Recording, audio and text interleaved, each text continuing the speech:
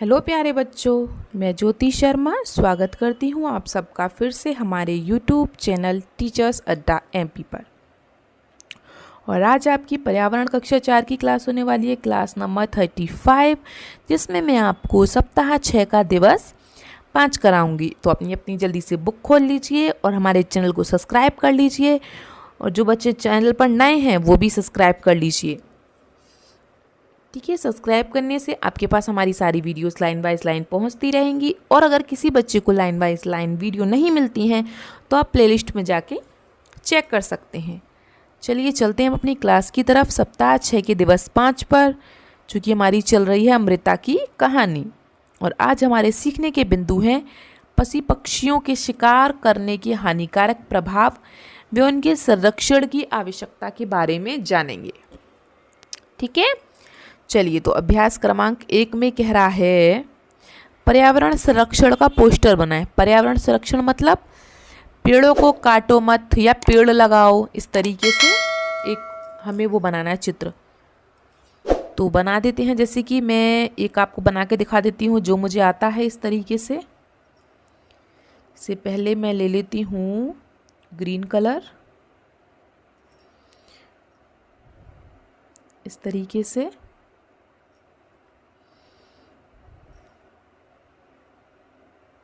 यहाँ पे हम थोड़ी बहुत ये घास सी उगा देंगे। ठीक है, उसके बाद हम एक डंडी ले लेंगे,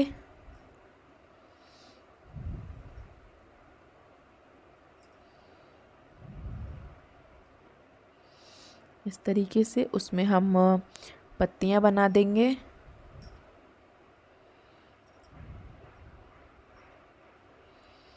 ठीक है, इस तरीके से आपको जो अच्छा लगे नेट पे से निकाल के देख लेना, आपको जो अच्छा लगे आप वो बना लेना। ठीक है, और एक ब्लू कलर का जग ले लेंगे हम, इस तरीके से।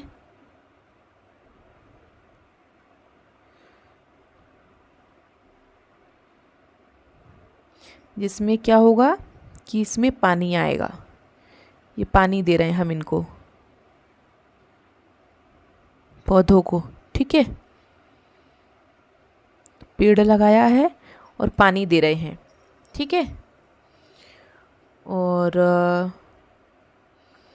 क्या कर सकते हैं हम, और कुछ भी कर सकते हैं इसमें थोड़ा बहुत। यहाँ पे चिड़िया उड़ा देती हूँ मैं 2-4, इस तरीके से। और यहाँ पे लिख सकते हैं हम save tree save water, save tree और SAVE और SAVE,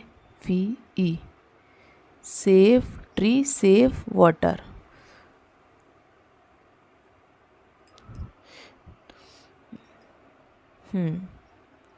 sorry, save tree save life. पेड़ों को बचाएंगे तो तभी तो जीवन बचेगा। Save tree save life. ठीक है, आप इस तरीके से बना सकते हैं कुछ पोस्टर सा, जो आपका मन हो। ऐसा नहीं जो मैंने बनाया वो सिर्फ वही, मतलब जो होना पर्यावरण के ऊपर ही चाहिए। ठीक है, चलिए तो मैं इसको रफ कर देती हूँ, हम लोग आगे चलते हैं। इसको आप बनाते रहना। अभ्यास क्रमांक 2 पर वन्य जीव संरक्षण। आजकल पेड़ों की कटाई करके जंगल नष्ट किए जा रहे हैं, जिससे जंगली जानवर घर से बेघर हो रहे हैं। पानी एवं भोजन की तलाश में भटकते हुए वे मानव समुदाय में घुस आते हैं। यदि हम जंगल नष्ट ना करें और पानी की समुचित व्यवस्था जंगल में हो, जैसे हम वन संरक्षण क्षेत्र में करते हैं, तो मानव को कभी जंगली जानवरों से खतरा नहीं होगा। सही बात है। अनुच्छेद पढ़कर आपको क्या समझ में आया कि हमें पेड़ों या वनों को कटने से रोकना चाहिए, है ना। पेड़ों हमें, हम लिख लेते हैं, हमें पेड़ों या वनों को कटने से रोकना चाहिए। ठीक है बेटा, चलिए आगे चलें अब इसको रफ करके। चलिए चलते हैं। और पढ़ते हैं अपना दूसरा क्वेश्चन क्या कह रहा है। क्या आपने वन्य जीव संरक्षण के बारे में कभी सुना है? हाँ। तीसरा क्वेश्चन, क्या आपके शहर गांव के आसपास वन्यजीव संरक्षण क्षेत्र है? यदि हाँ तो उसका नाम क्या है? वन्यजीव संरक्षण, ये वन्यजीव संरक्षण का मतलब क्या है बेटा? वन्यजीव संरक्षण का मतलब है जहाँ जंगली जानवरों के लिए, पेड़ों के लिए, मतलब एक अलग से उसके जगह बनी हो उसकी, मतलब वहाँ कोई आप पेड़ों को नहीं काट सकता, जंगली जानवरों को नहीं मार सकता, तो उस जगह को क्या है, इसे चारों तरफ से बंद कर दिया जाता है किसी जाली वगैरह से, या कोई बाउंड्री बना दी जाती है जंगलों की, और फिर उसको एक नाम दे दिया जाता है। जैसे ये राष्ट्रीय उद्यान है, ये वाला राष्ट्रीय उद्यान है ना। जैसे हम लोग कहीं पार्क वगैरह में घूमने जाते हैं तो उसके चारों तरफ बाउंड्री बनी होती है और फिर पेड़ पौधे लगे होते हैं, लेकिन वहाँ क्या है, पार्क में, बगीचे में हम लोग जाते हैं और वहाँ क्या होता है, वहाँ जंगली जानवर रहते हैं, उनके लिए व्यवस्था होती है अच्छी अच्छी। तो इस तरीके से क्या आपके मतलब गांव या शहर के आसपास ऐसा कुछ है? तो आप लिख लीजिए हाँ। और उसका नाम क्या है? तो उसका नाम आप लिख दीजिए यहाँ पे, जैसे कोई भी हो, जैसे किसी भी शहर में उस शहर का नाम लिख के यहाँ पे लिख दीजिए राष्ट्रीय उद्यान। राष्ट्रीय उद्यान, यहाँ पे अपने शहर का नाम या कुछ हो, गांव या शहर में हो तो नाम लिख लीजिए और ऐसे लिख दीजिए ये राष्ट्रीय उद्यान, बस। ठीक है, आ गया समझ में? तो चलिए चलते हैं हम अपने अभ्यास क्रमांक 3 पर, जो कह रहा है लोग जीव जंतुओं का शिकार क्यों करते हैं? कोई 3 कारण लिखो। जो लोग होते हैं वो जीव जंतुओं का शिकार क्यों करते हैं? 3 कारण लिखने हैं। तो काफ़ी कारण है। पहला कारण लिख लेते हैं हम, 1 2 3 कारण लिख देते हैं। भोजन के लिए, कुछ लोगों ने मार के खाना खाते हैं, मांस मच्छी पसंद होता है कुछ लोगों को, तो भोजन के लिए।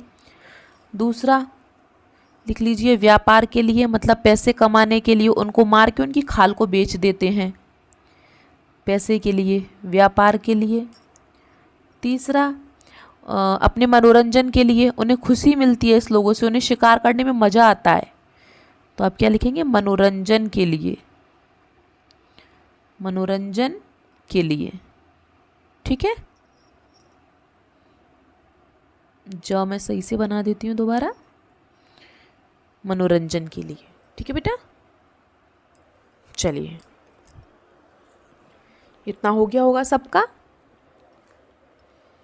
तो हम इसको रफ करके आगे चलते हैं अभ्यास क्रमांक 4 पर। रेगिस्तान में पाए जाने वाले पौधों के नाम और उनकी कोई विशेषताएं लिखिए। उनकी कोई 2 विशेषताएं लिखिए। चलिए तो लिख लेते हैं, जैसे नाम लिख देते हैं हम, खेजड़ी का पेड़। राजस्थान में खेजड़ी का पेड़ काफ़ी प्रसिद्ध है, खेजड़ी। और दूसरा बबूल। तो इनकी विशेषताएं लिख लेते हैं।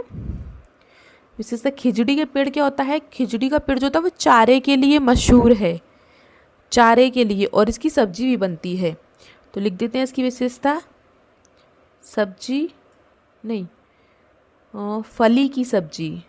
दोबारा लिख देते हैं, खिजड़ी और बबूल, ठीक है। चलिए तो लिख देते हैं इसके लिए चारा, जानवरों के लिए, पशुओं के लिए चारा ठीक रहेगा, पशुओं के लिए चारा लिख लेते हैं। चलिए, पहला पशुओं के लिए चारा, पहला। और दूसरा फली, इसकी जो फली होती है ना, खेजड़ी की फली होती है, फली की सब्जी, फलियों की सब्जी, ठीक है। अब आती है बबूल की बारी। तो बबूल से भी, ये बबूल क्या है, एक औषधीय पौधा है। इससे मतलब औषधि वगैरह बनती हैं, दवाइयाँ बनती हैं इसकी लकड़ी से, और ये भी चारे के भी काम आता है ये। तो हम यहाँ लिख देते हैं, ऐसे लिखते हैं बबूल एक औषधीय पौधा है, तो इसके बारे में हम लिख देते हैं बबूल एक औषधीय पौधा है, ठीक है। इतना लिख लेते हैं। चलिए, तो आज की आपकी क्लास इतनी थी। अगर आपको हमारी वीडियो अच्छी लगी हो तो उसको लाइक करें, अपने दोस्तों के साथ शेयर करें और कमेंट करके बताएं आपको हमारी वीडियो कैसी लगी। और जिन बच्चों ने अभी तक सब्सक्राइब नहीं किया है, सब्सक्राइब कर लीजिए। चलिए, मिलते हैं हम आपसे अगली क्लास में। तब तक के लिए आपका दिन शुभ हो। Have a nice day.